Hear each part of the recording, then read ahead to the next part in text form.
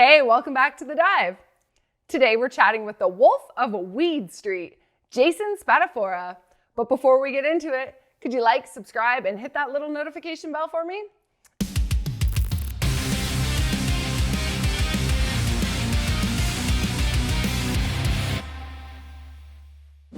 Hey Jason, welcome to The Dive. Thank you for having me, Cassandra. So do you find any of the Canadian cannabis operators interesting? No, not at all. I mean, look, I give them a lot of crap. I just think that the survivability is, it's like Hunger Games, right? You know, uh, maybe two or three of them escape. Other than that, I just don't see much hope for the companies that will make it. It's still a really tough road ahead of them. They still have a lot of debt, so still a lot of cash, and everybody's kind of pinning their hopes on the US, which I think is just kind of um, probably the wrong way to approach it. But I could be wrong. What are your top US cannabis names? um I think you'd have to go with Curaleaf, Green Thumb, and True Leaf. um you know Easily. Not just in terms of their size, but also where they're geographically located. And like, let's take Curaleaf and True Leaf, for example. They both have really big presence in Florida, where I live right now.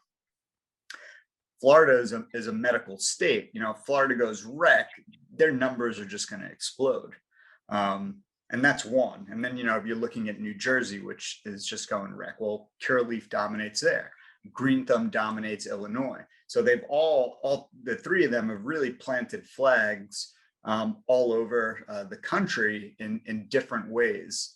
Curaleaf is just, throwing flags down everywhere. And then I think you have like Green Thumb and True Leaf really focusing on dominating their states. How do you see the regulatory environment working out in the US under Biden leadership? While I am optimistic, I'm also realistic about it. If, let's say, he gave us a legal market tomorrow, let's say just by some executive order, that doesn't necessarily mean that everybody's just going to have legal weed. A framework is still going to have to be created for the states. And that's going to mean a lot of different things, everything from taxation to interstate commerce. And everybody with the bureaucrats with their hands in the pie, so to speak. So I don't think it's so easy, but look, we do see light at the end of the tunnel, but I think it will also be will be protectionists, if that makes sense, from like a Canadian perspective. Like, if we're doing this to create jobs and do something about the deficits that have been created from COVID.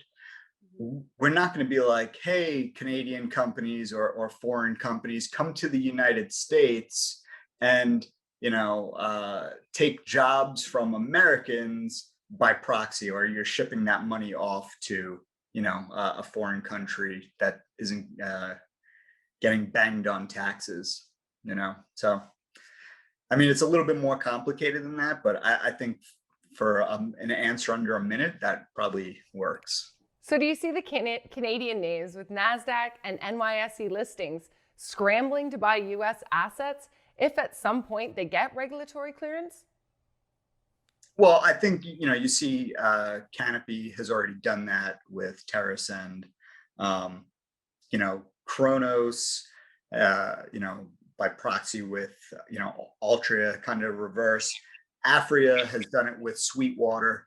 But I also think that the US companies don't need to be acquired by the Canadians. And the only reason that the Canadians are trading at the multiples that they're trading at is because they're on the NYSE or the NASDAQ.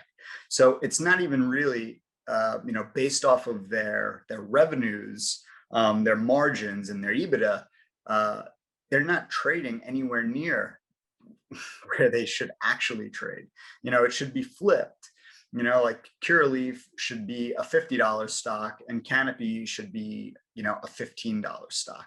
So the multiples need to flip, which means, Canopy no longer trades at a 21 multiple, it trades at a 6 multiple because one, they've still got a ton of debt from, the run up in 2017, 2018 that they were acquiring things all over the world and within their own country for just top dollar. I mean, you like throw a dart anywhere, it's like Tokyo Smoke, um, grows in Holland, whatever, just for way too much. So they're not going to have the cash to come in and buy a US operator, because a US operator is like, we're not taking stock and you probably don't have the like, if anything, we'd buy a piece of you. And you don't see the US companies going into Canada and trying to do deals up there for a reason. So I don't think it's going to be as simple as many investors think it will be. What do you think some of the biggest myths cannabis investors get told or tell themselves? It's a really good question. Um, that like Sundial, for example, they just did a $1 billion shelf offering. Oh, this won't lead to dilution, or you know, or we're going to be profitable this year. We've heard that from Canopy since 2018. Now they're saying 2022. The myth used to be funded capacity. We've got this much space, we can grow this much, this is how much we're going to sell. I think it's not so much about mythology as much as it is lying to themselves.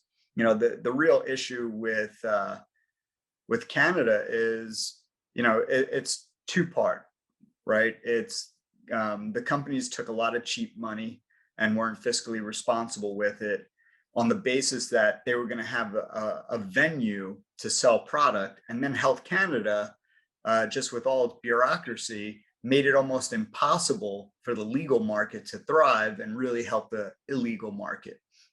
From the standpoint of, just something as simple as dispensaries, Canada, which has a population of, I think, 34 million, needs about 3,400 dispensaries, and you're nowhere near that. So, I see like, oh, all right, Ontario's trying to do like 30 a week, but there's still going to be huge shortfalls. So it's a matter of like, will these companies have enough money to survive?